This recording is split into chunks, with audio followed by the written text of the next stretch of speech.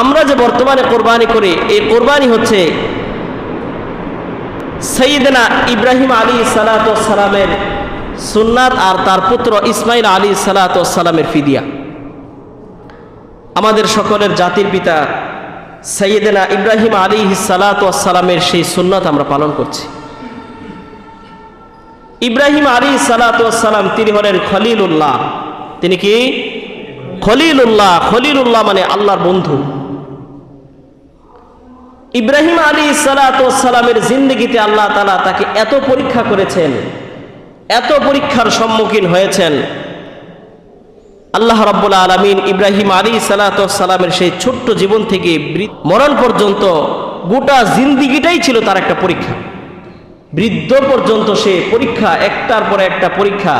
আর আল্লাহ তাআলা সাইয়েদনা আদম আলাইহিসসালাতু ওয়াসসালামের পরে তার সন্তান সাইয়েদনা ইব্রাহিম খলিলুল্লাহ, আল্লাহর বন্ধু, আল্লাহর দুস্থ, আল্লাহ তাআলা তাকে যত পরীক্ষা করেছেন, ইব্রাহিম আলাইহিসসালাতু ওয়াসসালাম প্রত্যেকটা পরীক্ষায় কৃতিত্বের সাথে উত্তীর্ণ হয়েছেন। পড়ি সুবহানাল্লাহ।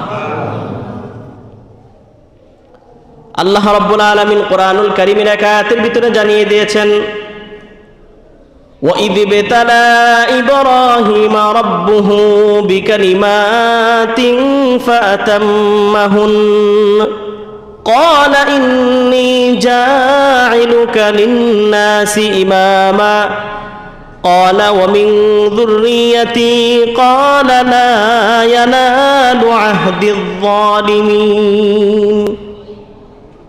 স্মরণ করো ইব্রাহিমের কথা। তার রব ইব্রাহিম তাকে কয়েকটি বিষয়ে পরীক্ষা করেছিলেন।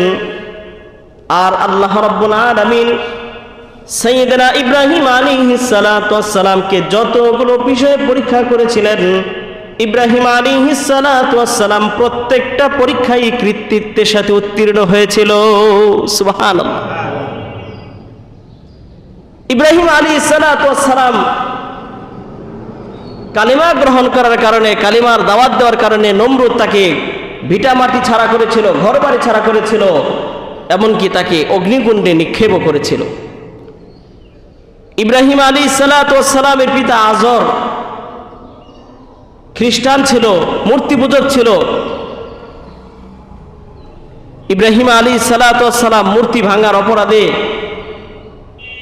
তার পিতা আজর তাকে বাড়ি থেকে বের করে দিল। নমরুদ তাকে আগুনে নিক্ষিপ্ত করলো। ঘর বাড়ি, ভিটা বাড়ি সব কিছু ছেড়ে হিজরত করে দেশান্তর হতে হলো, এক জায়গা থেকে অন্য জায়গায় চলে গেল। রব্বুল আলামিন ধাপে ধাপে অনেক পরীক্ষা করেছিলেন। আর যত পরীক্ষা করেছিলেন, আল্লাহ বলেন আমার ইব্রাহিম প্রত্যেকটা পরীক্ষায় পাশ করেছে। সুবহানাল্লাহ। এই পরীক্ষাগুলোতে পাশ করার কারণে আল্লাহ তাআলা তাকে জাতির লিডার, জাতির নেতা বানিয়ে দিয়েছেন। মুসলিম মিল্লাতের পিতা আল্লাহ তাআলা তাকে বানিয়ে দিয়েছে। বলি সুবহানাল্লাহ। মিল্লাত আবিকুম ইব্রাহিম হুয়া সাম্মাকুমুল মুসলিমিন। সাইয়েদনা ইব্রাহিম আলাইহিসসালাতু ওয়াসসালাম আল্লাহর সবগুলো পরীক্ষায় উত্তীর্ণ হওয়ার কারণে আল্লাহ রাব্বুল আলামিন মুসলিম জাতির পিতা ইব্রাহিম আলাইহিসসালাতু ওয়াসসালামকে বানিয়ে দিলেন। সুবহানাল্লাহ। মিল্লাত আবিকুম, তোমাদের পিতা ইব্রাহিম, ইব্রাহিম আলাইহিসসালাতু ওয়াসসালাম ওয়া সাম্মাকুমুল মুসলিমিন, আর তিনি তোমাদের নাম মুসলমান রেখেছেন। সম্মানিত হাজিরিন, ইব্রাহিম আলাইহিসসালাতু ওয়াসসালাম ৮৬ বছর পর্যন্ত তার কোনো সন্তান ছিল না। আল্লাহর কাছে অনেক দোয়া করেছেন, রব্বি হাবিলি মিনাস সালিহিন, হে আল্লাহ আপনি আমাকে একটা নেককার সন্তান দেন। আল্লাহ তাআলা ৮৬ বছর বয়সে ইব্রাহিম আলাইহিসসালাতু ওয়াসসালামের দোয়া কবুল করে তাকে সুসংবাদ দিলেন, তোমার স্ত্রীর গর্ভে একটা পুত্র সন্তান আমি দিয়ে দিলাম। পড়ি সুবহানাল্লাহ। ইব্রাহিম আলাইহিসসালাতু ওয়াসসালামের স্ত্রী হাজরা আলাইহিসসালাতু ওয়াসসালাম, তার গর্ভে আল্লাহ তাআলা ইব্রাহিম আলাইহিসসালাতু ওয়াসসালামের সন্তান ইসমাইলকে দিয়ে দিলেন। ইসমাইল আলাইহিসসালাতু ওয়াসসালাম যখন ভূমিষ্ঠ হলো, দুনিয়াতে আসলো, একটু বড় হলো, আল্লাহ তাআলার ওয়ার্ডার হলো ইব্রাহিম নবীর উপর, ও ইব্রাহিম তুমি তোমার স্ত্রী আর তোমার সন্তানকে মক্কা নগরীতে রেখে আসো। এমনিতেই ৮৬ বছর বয়স পর্যন্ত সন্তান হারা ছিল। মনে কত বেদনা, কত কষ্ট, কত যাতনা। এবার একটা সন্তান হলো, তখন আবার আল্লাহর ওয়ার্ডার হলো তোমার স্ত্রী আর তোমার সন্তানকে তুমি মক্কা নগরীতে রেখে আসো। ইব্রাহিম আলাইহিস সালাতু ওয়াস সালাম সন্তানকে কাছে রাখতে পারলেন না। আল্লাহ তাআলার ওয়ার্ডারে ইব্রাহিম আলাইহিস সালাতু ওয়াস সালাম তার স্ত্রী হাজেরা তার সন্তানকে মক্কা নগরীতে নিয়ে গেল।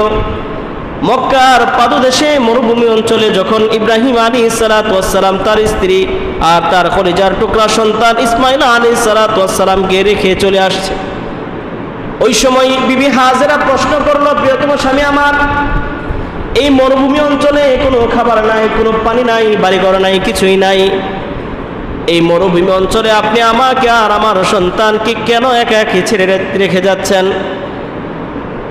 জানি না কি অপরাধ করেছি, কি অন্যায় আমার হয়েছে। প্রিয়তম স্বামী আমার, জানি না কোন অপরাধের কারণে আপনি আমাদেরকে এখানে ছেড়ে একা একা চলে যাচ্ছেন। ইব্রাহিম আলাইহিস সালাতু ওয়াস সালামকে যখন বিবি হাজেরা বারবার জিজ্ঞাসা করে, ইব্রাহিম আলাইহিস সালাতু ওয়াস সালাম কোনো উত্তর দিতে পারে না, লাজবাব হয়ে গেছেন। এক পর্যায়ে ইব্রাহিম আলাইহিস সালাতু ওয়াস সালাম আকাশের দিকে হাত তুলে ইশারা করলেন। বিবি হাজেরার আর বুঝতে বাকি রইল না এটা আল্লাহ তাআলার নির্দেশ। হাজেরা তখন বললেন, ও প্রিয়তম স্বামী আমার, বুঝতে পারলাম এটা আল্লাহর তরফ থেকে আপনার উপর ওহী নাজিল করা হয়েছে। যদি আল্লাহর তরফ থেকে নির্দেশ হয়ে থাকে, ওই আল্লাহর উপরে এতটুকুন ভরসা রাখি যে আল্লাহ আমাদেরকে রিজিক দিতেছেন, বাঁচিয়ে রেখেছেন, সব কিছুর ব্যবস্থা করতেছেন। ওই আল্লাহ তাআলা আমাকে আর আমার কলিজার টুকরা সন্তান ইসমাইলকে এখানে মরুভূমি অঞ্চলে না খাইয়ে মারবেন না। সুবহানাল্লাহ। ওই আল্লাহর উপরে আমাদের এতটুকুন বিশ্বাস, এতটুকুন ভরসা আছে যে আল্লাহ আপনাকে এখানে রেখে যাওয়ার অর্ডার করেছেন, নির্দেশ দিয়েছেন, ওই আল্লাহ এখানে আমাদেরকে নিরাপদে রাখবেন। সুবহানাল্লাহ। লম্বা ইতিহাস। এভাবে ইসমাঈল আলাইহিস সালাতু ওয়াস সালাম আস্তে আস্তে বড় হতে লাগলো। ইসমাঈল আলাইহিস সালাতু ওয়াস সালাম যখন যুবক বয়সে উপনীত হলো, তখন ইব্রাহিম আলাইহিস সালাতু ওয়াস সালামকে আল্লাহ তাআলা স্বপ্নে দেখালেন। ইব্রাহিম আলাইহিস সালাতু ওয়াস সালামকে আল্লাহ তাআলা স্বপ্নকে জানালেন, হ্যাঁ ইব্রাহিম, তুমি তোমার ছেলে ইসমাঈলকে জবাই করো। টানা 3 বার যখন ইব্রাহিম আলাইহিস সালাতু ওয়াস সালাম এই স্বপ্ন দেখলেন, ঘুমের ঘরে স্বপ্ন দেখে ইব্রাহিম আলাইহিস সালাতু ওয়াস সালামের আর বুঝতে বাকি রইল না এটা আল্লাহ তাআলার তরফ থেকে আমার উপর ওহী। কারণ নবীদের স্বপ্ন ওহী হয়। ইব্রাহিম আলাইহিস সালাতু ওয়াস সালাম বুঝতে পেরেছেন আল্লাহ তাআলা আমার ছেলেকে আল্লাহর জন্য জবাই করার নির্দেশ দিয়েছেন। আল্লাহ তাআলা কোরআনে আয়াত নাজিল করে জানিয়ে দিয়েছেন, ফালাম্মা বালাগা মাআহুস সা'য়া ক্বালা ইয়া বুনাইয়া ইন্নী আরা ফিল মানামি আন্নী আযবাহুকা ফানজুর মাযা তারা ক্বালা ইয়া আবাতি ইফআল মা তু'মার সাতাজিদুনি ইনশাআল্লাহু মিনাস সাবিরিন। ইব্রাহিম আলাইহিস সালাতু ওয়াস সালামকে আল্লাহ তাআলা জানালেন, ফালাম্মা বালাগা মাআহুস সা'য়া, যখন তার ছেলে ইসমাঈল যুবক বয়সে উপনীত হলো, ইব্রাহিম আলাইহিস সালাতু ওয়াস সালাম স্বপ্নে যুগে দেখে তার ছেলের কাছে গিয়ে বললেন, ক্বালা ইয়া বুনাইয়া, হে আমার ছেলে, ইন্নী আরা ফিল মানামি আন্নী আযবাহুকা, নিশ্চয় আমি স্বপ্নে দেখেছি আমি তোমাকে জবাই করতেছি। ফানজুর মাযা তারা, এখন তোমার অভিমত কি তুমি বলো। কে বলতেছেন? ইব্রাহিম আলাইহিস সালাতু ওয়াস সালাম তার ছেলেকে বলতেছেন, আমি স্বপ্নে দেখেছি আমি তোমাকে কি করতেছি? ঘুমাইতেছেন? কি করতেছি? জবাই করতেছি। ইসমাঈল আলাইহিস সালাতু ওয়াস সালাম এই কথা শোনার পরে তিনি রাগ হন নাই। আমরা যদি গিয়ে আমাদের সন্তানদেরকে বলি যে আমি স্বপ্নে দেখেছি তোমাকে জবাই করতেছি, তোমার অভিমত কি? সন্তান রাগ হয়ে যাবে না? রাগ হওয়াটাই স্বাভাবিক। দেখেন, বাবাও নবী, ছেলেও তো নবী হবে। ছেলে রাগ করে নাই। ছেলেকে যখন এই প্রস্তাব দিয়েছে, ফানজুর মাযা তারা, এখন তোমার অভিমত কি তুমি বলো, আমাকে জানাও। ইব্রাহিম আলাইহিস সালাতু ওয়াস সালামের কথা শুনে তার ছেলে ইসমাঈল আলাইহিস সালাতু ওয়াস সালাম তৎক্ষণাৎ বললেন, ক্বালা ইয়া আবাতি ইফআল মা তু'মার, হে পিতা, আপনার উপর যা নির্দেশ দেওয়া হয়েছে আপনি তা পালন করেন। আপনাকে নির্দেশ দেওয়া হয়েছে আমাকে জবাই করার জন্য, ইফআল মা তুমার, আপনি তা বাস্তবায়ন করেন। সাতাজিদুনি ইনশাআল্লাহু মিনাস সাবিরিন, নিঃসন্দেহে আপনি আমাকে ধৈর্যশীল পেয়ে যাবেন। সুবহানাল্লাহ। আপনার উপর ওহী করা হয়েছে আমাকে জবাই করার জন্য, আপনি আমাকে জবাই করেন, নিঃসন্দেহে আপনি আমাকে ধৈর্যশীল পাবেন, আপনি আমাকে সবরশীল পাবেন। সুবহানাল্লাহ। ইসমাঈল আলাইহিস সালাম তখন তার বাবা ইব্রাহিম আলাইহিস সালামের আরো কয়েকটা দরখাস্ত করেছিলেন। ইসমাঈল আলাইহিস সালাম বললেন, ওগো আমার পিতা, আল্লাহ তাআলা আপনাকে অর্ডার করেছেন আমাকে আল্লাহর জন্য জবাই করতে, আপনি আমাকে আল্লাহর জন্য কুরবানি করেন। তবে আপনার কাছে আমার একটা অনুরোধ হলো, আপনি যখন আমাকে আল্লাহর জন্য কুরবানি করবেন তখন আমার হাত পা গুলো ভালো করে বেঁধে নিয়েন, কারণ কোনো বাবা তার সন্তানকে জবাই করতে পারে না।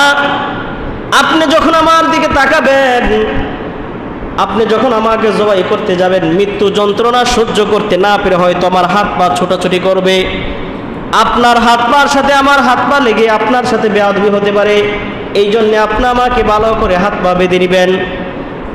এরপরে ইসমাঈল আলাইহিস সালাম বললেন, ওগো পিতা, আপনি যখন আমাকে জবাই করবেন উপুত করে শুয়ে নেবেন, কারণ কোনো বাবা তার সন্তানকে জবাই করতে পারে না। আপনি যখন আমাকে আল্লাহর জন্য কুরবানি করবেন, জবাই করবেন, আপনার নজর যদি আমার চেহারায় পড়ে যায়, পিতা তার সন্তানের মায়ায় পড়ে যাবে, সন্তানকে জবাই করতে পারবে না। এই জন্য আপনার চোখে আপনি একটা কাপড় বেঁধে নেবেন আর আমাকে আপনি উপুত করে শুয়ে নেবেন। আর আমার কুরবানির পরে আমার রক্ত মাখা পোশাক আমার মা হাজেরার কাছে পৌঁছে দিবেন, কারণ আমার ইন্তেকালের পর, আমার কুরবানির পরে আমার মার কোনো আর সন্তান বাকি থাকবে না। আমার মার তো কোনো সন্তান নাই। আমার মা যখন আমাকে স্মরণ করবে, এই রক্ত মাখা পোশাক দেখে স্মৃতি বিজরণ করবে, আমার কথা আমার মার অন্তরে স্মরণ হয়ে যাবে।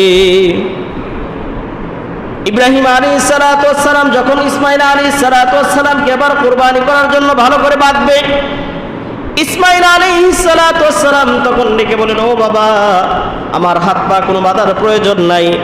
ইব্রাহিম আলাইহিস সালাম হতবাক হয়ে বললেন, মাত্রই তুমি আমাকে বললো তোমার হাত পা ভালো করে বাঁধার জন্যে, এখন কেন আবার নিষেধ করতেছো, মানা করতেছো? ইসমাঈল আলাইহিস সালাম তখন বললেন, ও বাবা, কাল কিয়ামতের কঠিন ময়দানে লক্ষ কোটি মানুষের সামনে আল্লাহ রাব্বুল আলামিন যদি আমাকে জিজ্ঞেস করে, আমার নির্দেশ হয়েছিল তোমাকে আমার জন্য কুরবানি করতে, তুমি মনে হয় আমার নির্দেশে রাজি ছিলে না, এই জন্য তোমার হাত পা বেঁধে তারপরে কুরবানি দেওয়া হয়েছে।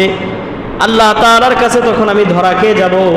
আল্লাহ তাআলা নির্দেশ দিয়েছেন আমার হাত পা বাঁধার প্রয়োজন নাই, ওই আল্লাহ আমার উপর যা অর্ডার করেছেন, আমার উপর যা বিধান নাজিল করেছেন, আমি ওই আল্লাহর সিদ্ধান্তের উপর সন্তুষ্ট আছি।